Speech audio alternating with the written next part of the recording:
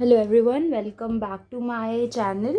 आज के वीडियो में हम कंज्यूमर बिहेवियर यूनिट 3 का बहुत इंपॉर्टेंट परसुएशन टॉपिक को डिटेल में समझेंगे, डिस्कस करेंगे। ठीक है, तो परसुएशन से स्टार्ट करते हैं।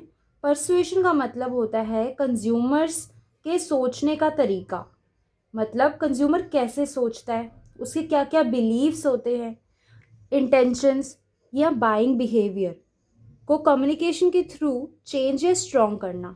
यानी कि जो कंज्यूमर होता है वो कैसे अपने बिलीव्स का यूज़ करके, अपने इंटेंशंस का यूज़ करके, अपने बाइंग बिहेवियर का यूज़ करके, अपने या फिर सोचने के तरीके का यूज़ करके कैसे वो डिसीजंस लेता है कि किसी प्रोडक्ट को बाय करना है या नहीं करना। ठीक है, उसके बाद सिंपल वर्ड्स में कहें, जब कंपनी हमें किसी प्रोडक्ट को पसंद करने, खरीदने या दोबारा खरीदने के लिए कन्विंस करती है, वही परसुएशन होता है जो हमारे उस प्रोडक्ट के देखने के नज़रिए को बदल देती है। अब आप कहेंगे ये तो परसेप्शन होता है। Perception is different from persuasion. Perception हमने टॉपिक लास्ट वीडियो में पढ़ा था। अगर आपने लास्ट वीडियो नहीं देखी तो आप प्लीज़ जाके देख लीजिए। परसुएशन परसेप्शन से अलग होता है। परसुएशन में हमारा पूरा ही जो डिसीजन लेने का तरीका है उसे चेंज किया जाता है, लेकिन परसेप्शन में हमें किसी चीज़ को देखने का नज़रिया, कि हम उसे कैसे परसीव कर रहे हैं, वो चेंज होता है। मार्केटिंग में परसुएशन का रोल होता है ब्रांड को लाइकेबल बनाना। ठीक है, make consumers like a brand. Product try करवाने के लिए कन्विंस करना कि प्लीज़ आप ये प्रोडक्ट ट्राई तो कीजिए, एक बार ही आप खरीदे या ना खरीदे वो बात का डिसीजन है, लेकिन एक बार ट्राई ज़रूर कीजिए। ठीक है, तो convince them to try a product. उसके बाद कंज्यूमर को बार बार परचेज करने के लिए मोटिवेट करना। इन्फ्लुएंस रिपीट परचेज, कि आप नेक्स्ट टाइम भी ये प्रोडक्ट परचेज कीजिए, और कंज्यूमर वो करते भी हैं। ठीक है, तो जैसे फॉर एग्जांपल हॉर्लिक्स के एड्स में हेल्थी बच्चे दिखाते हैं, इससे पेरेंट्स को लगता है ये ग्रोथ के लिए अच्छा है, तो वो हॉर्लिक्स खरीदेंगे। या फिर वो किसी ऐड में दिखाएंगे limited time offer. Limited time offer लिखा होता है, कंज्यूमर सोचता है अभी नहीं लिया तो मिस हो जाएगा। तो ये कुछ एग्जांपल्स हैं वो कैसे कंपनीज परसुएड करती है कंज्यूमर को अबाउट अ प्रोडक्ट, ब्रांड और कंपनी। नेक्स्ट आता है हमारा अब हमारे दो टाइप के मार्केटिंग मैसेजेस आते हैं, broadcasted versus addressable messages. Okay, broadcasted messages वो होते हैं जो एक साथ बहुत सारे लोगों को दिखाए जाते हैं। यह कंपनी सबके लिए सेम मैसेज भेजती है। इसके कैरेक्टरिस्टिक्स क्या क्या हैं? सेम मैसेज, सबके लिए एक ही मैसेज होता है। पर्सनलाइजेशन बिल्कुल भी नहीं होता। ठीक है, किसी के नाम लिखकर या फिर किसी एक पर्सन को, एक टारगेट एज को या एक टारगेट ग्रुप को नहीं भेजा जाता है, ये सबको भेजा जाता है। मोस्टली ट्रेडिशनल मीडिया में ये यूज़ होता था। अब इसके कुछ एग्जाम्पल्स देखते हैं, क्या क्या इसके एग्जाम्पल्स हैं।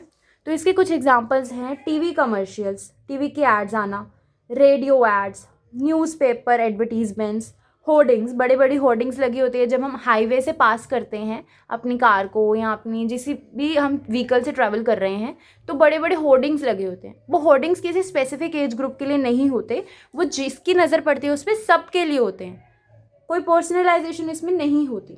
ठीक है, जैसे लक्स सोप का टीवी एड, जो भी चैनल देख रहा होता है, चाहे बच्चा देख रहा है इसको, एडल्ट देख रहा है, मेल देख रहा है, फीमेल देख रहा है, सबको सेम ऐड दिखाए जाते हैं, सबके लिए अलग ऐड नहीं होती। नेक्स्ट है हमारा एड्रेसेबल मैसेजेस। अब ये क्या होता है? ये वो होते हैं जो स्पेसिफिक पर्सन या ग्रुप के लिए बनाए जाते हैं। ये मैसेजेस आपके डेटा की बेस पर आते हैं। ठीक है, जैसे आपने जो भी आपका डेटा अवेलेबल होता है कंपनी के पास या फिर बिजनेस के पास, वो उसका यूज़ करके ये एड्रेसेबल मैसेजेस बनाते हैं। कैसे होते हैं? ये पर्सनलाइज्ड होते हैं आपके लिए, एक पर्सन के लिए उसके मैसेजेस उसके लिए उसकी लाइकेबिलिटीज के हिसाब से बनाए जाते हैं। डेटा ड्रिवन होते हैं और मोस्टली डिजिटल मार्केटिंग में यूज़ होते हैं। ठीक है, जैसे Instagram ads based on your searches. आपने कुछ इंस्टा पे सर्च किया, मान लीजिए आपने अमेजोन पे सर्च किया शूज़, तो कुछ टाइम बाद इंस्टाग्राम पर शू एड्स दिखाने लगते हैं। ये एड्रेसेबल मैसेजेस का बेस्ट एग्जाम्पल है। ठीक है, जैसे अमेजोन रिकमेंडेशंस हो गया, ईमेल्स आते हैं जैसे आपको, hi you may like this, please find this, हमारी कंपनी में ये है, या हम ये वाला प्रोडक्ट प्रोवाइड करते हैं जो आपने सर्च किया था। ये पर्सनलाइज्ड ईमेल्स आपको आने लग जाते हैं, वो होते हैं एड्रेसेबल मैसेजेस। ठीक है, अब मैसेज स्ट्रक्चर कैसे किया जाता है, कंपनीज मैसेज जो है वो कैसे स्ट्रक्चर करती है।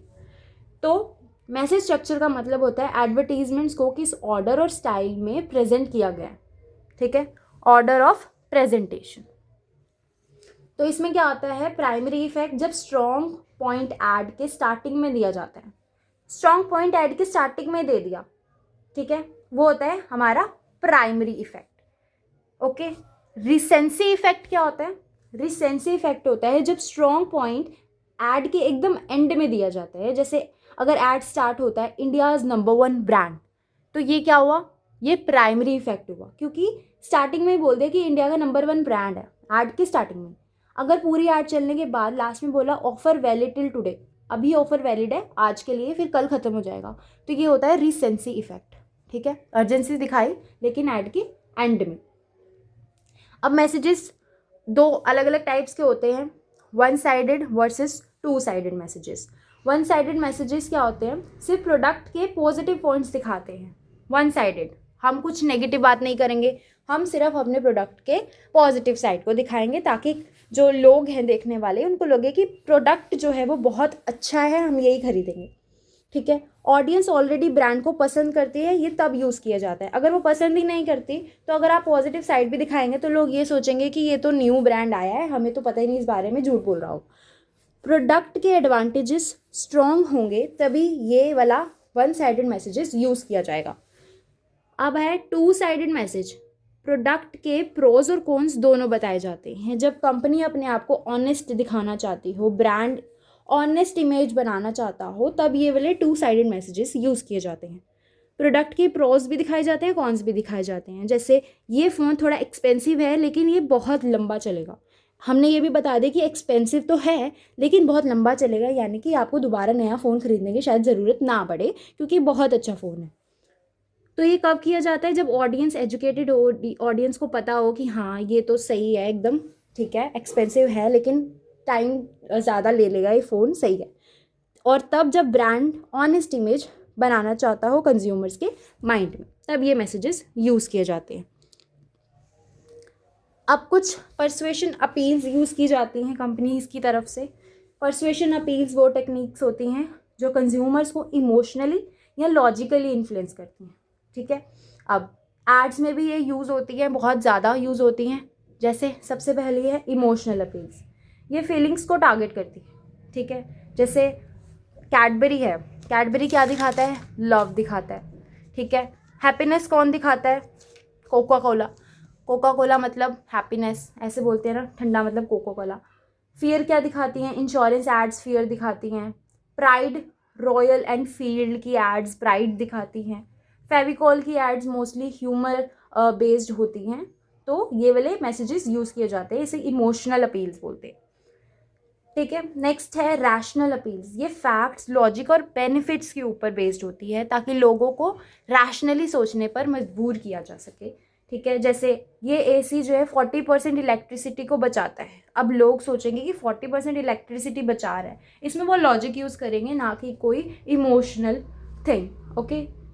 अब टूथपेस्ट की ऐड दिखा दी, फ्लोराइड प्रोटेक्ट्स टीथ, तो जो एजुकेटेड लोग होंगे, जो रैशनली सोचते होंगे, वो ये प्रोडक्ट बाय करेंगे। ये कब यूज़ होती है, जब हाई इन्वॉल्वमेंट प्रोडक्ट्स हों, यानी कि जिसमें बहुत ज़्यादा सोचना पड़े, उसमें ये वाली एड्स यूज़ होती है। जैसे लैपटॉप की एड्स, हम लैपटॉप बहुत सोच समझ कर ख़रीदते हैं, रैंडमली नहीं खरीदते, लाइक सोप और सॉल्ट, ठीक है। तो इसमें हम हाई इन्वॉल्वमेंट दिखाते हैं, और ये तब यूज़ होती है जब कंज्यूमर जो है एजुकेटेड हो। नेक्स्ट होती है मोरल अपील्स। मोरल अपील्स क्या होती है, ये सोशल रिस्पॉन्सिबिलिटी और एथिक्स पर बेस्ड होती हैं। जैसे save water, say no to plastic, save girl child, ऐसी कोई भी ऐड अगर आपको आएगी या फिर प्रोडक्ट जो है इस टाइप की मॉरल अपील्स यूज़ करेगा, तो वो इसका मतलब सोशल रिस्पॉन्सिबिलिटी और एथिक्स को शो कर रहा है। Then we have credibility and persuasion power of reference groups. यानी कि रेफरेंस ग्रुप्स क्या होते हैं, रेफरेंस ग्रुप्स वो लोग होते हैं या वो ग्रुप्स होते हैं जो हमारे डिसीजंस और लाइफस्टाइल को इन्फ्लुएंस करते हैं। जैसे प्राइमरी ग्रुप्स होते हैं, सबसे पहला हमारा डिवाइडेड है as primary groups. Primary groups जैसे फैमिली, जिसके कांटेक्ट में हम सबसे पहले होते हैं, फैमिली, फ्रेंड्स, पीयर्स, ये होते हैं हमारे प्राइमरी ग्रुप्स। ये हमें इन्फ्लुएंस करते हैं कि हमें क्या चीज़ खरीदनी चाहिए, क्या चीज़ नहीं खरीदनी चाहिए। ओके, सेकंड होते हैं हमारे सेकेंडरी ग्रुप्स, जिसके बाद हम इनसे निकलकर नेक्स्ट जो है पॉइंट ऑफ कॉन्टैक्ट में आते हैं, जो हमारे प्रोफेशनल ग्रुप्स होते हैं, हमारे रिलीजियस ग्रुप्स होते हैं। थर्ड होते हैं हमारे एस्पिरेशनल ग्रुप्स, जैसे हम बनना चाहते हैं, जिसके जैसा हम बनना चाहते हैं, जैसे सेलिब्रिटीज़ हो गए, सक्सेसफुल पीपल हो गए हमारे आसपास, ठीक है, इनकी तरह हम बनना चाहते हैं, उन्हें कहते हैं हम एस्पिरेशनल ग्रुप्स। अब रेफरेंस ग्रुप्स पावरफुल क्यों होते हैं? रेफरेंस ग्रुप्स हमें इंफॉर्मेशन देते हैं अबाउट नया प्रोडक्ट जो लॉन्च हुआ है नई मार्केट में, हमें इन्फ्लुएंस करते हैं कि ये प्रोडक्ट बहुत अच्छा है, प्लीज़ एक बार ट्राई करो। हमारे फ्रेंड्स होते हैं, हमें बताते हैं कि हाँ ये चीज़ आई है मार्केट में, तब हम इन्फ्लुएंस होकर वो चीज़ खरीदते हैं मोस्टली। सोशल प्रेशर क्रिएट करते हैं, जैसे आईफोन बहुत ज़्यादा सोशल प्रेशर क्रिएट करता है कि सबके पास आईफोन है, स्टेटस सिंबल है, तो I also want that. Brand और लाइफस्टाइल चॉइसेस जो है वो इन्फ्लुएंस करते हैं ये रेफरेंस ग्रुप्स, ठीक है। तो ये रेफरेंस ग्रुप्स क्यों होते हैं आपको समझ में आ गया होगा। अब हम चलते हैं कुछ ओपिनियन लीडर्स या फिर इन्फ्लुएंसर्स जो अपना ओपिनियन देते हैं, ठीक है। ओपिनियन लीडर्स वो लोग होते हैं जो दूसरों के बाइंग डिसीजंस को इन्फ्लुएंस करते हैं। ये लोग किसी फील्ड में एक्सपर्ट होते हैं, लोग उन पर ट्रस्ट करते हैं, और मोस्टली सोशल मीडिया पर ये लोग एक्टिव होते हैं। जैसे ब्यूटी इन्फ्लुएंसर हो गए, मेकअप रिव्यू करते हैं, तो हम उनके मेकअप रिव्यू के बेसिस पे प्रोडक्ट्स को खरीदते हैं, क्योंकि हम रिव्यू के बेसिस पे प्रोडक्ट खरीदना चाहते हैं, ऐसे नहीं खरीदना चाहते। हम चाहते हैं कि हम पहले वो उनकी सलाह ले लें जिन्होंने पहले से यूज़ किया हुआ है, तो वो बेसिकली ओपिनियन लीडर्स हो गए, राइट। टेक यूट्यूबर्स जो होते हैं वो नए फ़ोन का रिव्यू करते हैं, फिटनेस ट्रेनर्स सप्लीमेंट सजेस्ट करते हैं। इंडियन एग्जाम्पल है, जब विराट कोहली पूमा एंडोर्स करता है, लोगों का ट्रस्ट बढ़ जाता है, क्योंकि उन्हें लगता है ब्रांड एकदम जेन्युइन है, क्योंकि उसे विराट कोहली ने क्या करा है, एंडोर्स किया है। और कैसे होती है हमारी marketing? Word of mouth and influencers, यानी लोगों के मुंह से सुनकर। वर्ड ऑफ माउथ मतलब जब इन्फॉर्मेशन लोग एक दूसरे को बताते हैं। लोग ऐड से ज़्यादा अपने फ्रेंड्स, फैमिली और इन्फ्लुएंसर्स पर ट्रस्ट करते हैं। जैसे फ्रेंड ने बोला ये रेस्टोरेंट ट्राई करो, ठीक है, तो हम सोचते हैं कि उसको अच्छा लगा होगा, तो डेफिनेटली हमें भी अच्छा लगेगा, ठीक है, वर्ड ऑफ माउथ। गूगल पर ऑनलाइन रिव्यूज़ पढ़ के डिसीजन लेते हैं कि हाँ लोगों ने ये चीज़ ट्राई करी है, हम भी ये मंगवाएंगे।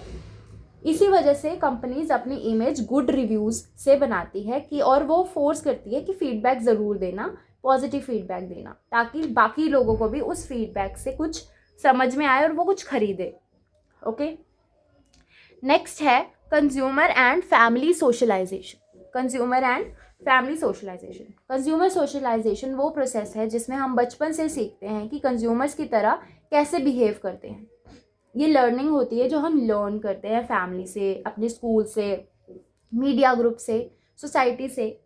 फैमिली हमें सिखाती है कैसे पैसे स्पेंड करने चाहिए हमें, ठीक है, कौन सी चीज़ ज़रूरी है और कौन सी चीज़ लग्जरी है, तो हम भाई बचपन से ही पता लग जाता है, हम इसे डिफ्रेंशिएट कर पाते हैं आराम से, ठीक है। अब role of family in buying decisions. Family members की शॉपिंग में अलग अलग रोल्स होते हैं। सबसे पहला इनिशिएटर। इनिशिएटर कौन होता है? आइडिया देता है कि यार ये चीज़ खरीदनी चाहिए हमें, आइडिया मिल गया हमें, ठीक है। इन्फ्लुएंसर क्या करेगा? डिसीजन को इन्फ्लुएंस करेगा, ठीक है, हमारे डिसीजन नहीं यार ये नहीं खरीदना चाहिए, या हमें और इन्फ्लुएंस करेगा कि हम वो चीज़ खरीदें।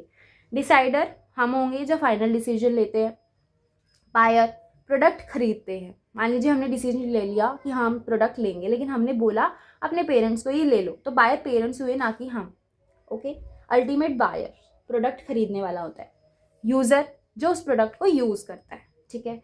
जैसे टीवी खरीदना है तो किसी बच्चे ने बोला स्मार्ट टीवी ले लो, वो कौन हो गया? इनिशिएटर हो गया। फादर ने ब्रांड्स कंपेयर किए तो वो इन्फ्लुएंसर हो गए कि नहीं ये वाला टीवी बेकार है, ये वाला सही है, ये कंपनी का टीवी लेंगे, इन्फ्लुएंस कर दिया उन्होंने।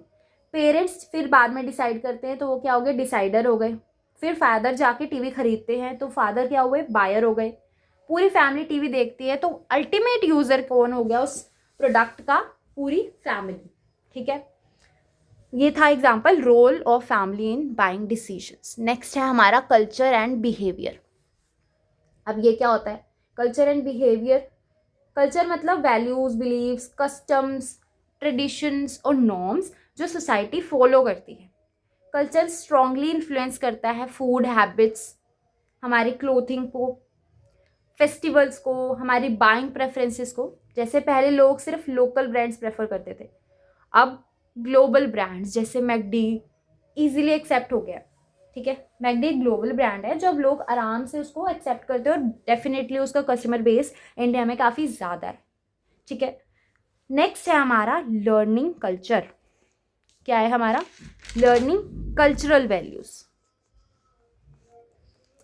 ओके, हम कल्चरल वैल्यूज सीखते हैं, फैमिली से सीखते हैं, हम अपने स्कूल से कल्चरल वैल्यूज सीखते हैं, रिलीजन से, मीडिया से, सोसाइटी से। जैसे इंडियन वैल्यू हमें सिखाती है हमें मनी सेव करनी चाहिए, इसलिए डिस्काउंट्स हमें अट्रैक्ट करते हैं कि हम मनी सेव करेंगे क्योंकि हमारी फैमिली में ये चीज़ हुई है, मनी सेव करके रखना, इसलिए हमें तो डिस्काउंट चाहिए। वेस्टर्न कल्चर में इंडिविजुअलिज्म को दिखाते हैं, एड्स क्या दिखाती हैं? सेल्फ एक्सप्रेशन पर फोकस करती है, इंडिपेंडेंस पर फोकस करती हैं। ठीक है, अब measuring values and core values, ये भी इंपॉर्टेंट टॉपिक है। वैल्यूज़ वो डीप बिलीव्स होते हैं जो हमारे बिहेवियर को गाइड करते हैं। Example honesty, respect, family bonding, success. Core values basically strong long lasting believes जो कंज्यूमर चॉइसेस पर बहुत इफेक्ट डालते हैं, उसे कोर वैल्यूज़ कहते हैं। ठीक है, अब कुछ हमारी इंडियन कोर वैल्यूज़ भी होती हैं। इंडियन कोर वैल्यूज़ क्या होती है? इंडिया में कुछ इंपॉर्टेंट कोर वैल्यूज़ है, जैसे फैमिली ओरिएंटेशन। हम लोग बहुत ज़्यादा फैमिली ओरिएंटेड हैं, हमें हर चीज़ में अपनी फैमिली और डेफिनेटली याद आती है। रिस्पेक्ट फॉर ट्रेडिशंस, हम लोगों के ट्रेडिशंस की भी, साथ में अपने ट्रेडिशन की भी रिस्पेक्ट करते हैं। हमारे पास रिलीजियस फेथ पावर है। वैल्यू फॉर मनी, इसलिए ब्रांड्स जो है फेस्टिवल्स जैसे दिवाली पर इमोशनल एड्स बनाते हैं ताकि वो फैमिली वैल्यूज़ कनेक्ट कर सके और लोगों को बता सके कि ये प्रोडक्ट जो है आपकी पूरी फैमिली के लिए बेनिफिट देगा। ठीक है, तो ये था परसुएशन इन कंज्यूमर बिहेवियर यूनिट 3 का कंप्लीट एक्सप्लेनेशन। अगर वीडियो आपको हेल्पफुल लगी हो तो लाइक ज़रूर करना, शेयर करना, चैनल को सब्सक्राइब करना। कमेंट में बताना नेक्स्ट टॉपिक कौन सा हो जिस पर मैं वीडियो बनाऊँ, जो कि आपके एग्ज़ाम में पूछा जाता है। Okay, thank you for watching लर्नफिनिटी।